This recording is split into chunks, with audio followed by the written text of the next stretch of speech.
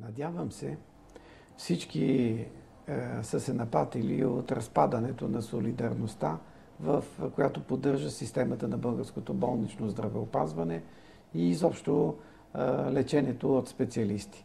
1 милион и 400 хиляди български граждани въобще не разчитат на Националната здравноосигурителна каса и обяснението, което дават за това, че не внасят вноски там, е, че практически биват задължени да плащат отново, независимо, че касата покрива или би трябвало да покрие разходите за техните лекарства или за техното лечение, те трябва да плащат отново със собствени средства.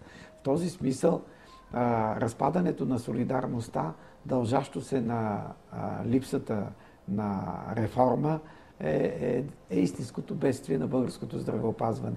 Нашето решение е да стартираме отново реформата в болничното здравеопазване, такава, каквато тя беше замислена, да преодолеем най-тежките препятствия, именно организиране на усилията на Касата за лечение на хора от социално значимите заболявания, за поддържане живота и здравето на хората, болни от хронични заболявания, да гарантираме, освен това, достъпна бърза помощ за всички граждани.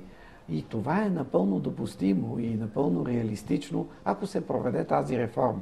Краят ѝ ще донесе достъпно и безплатно здравеопазване за всички хора, които са осигурени през здравноосигурителната система.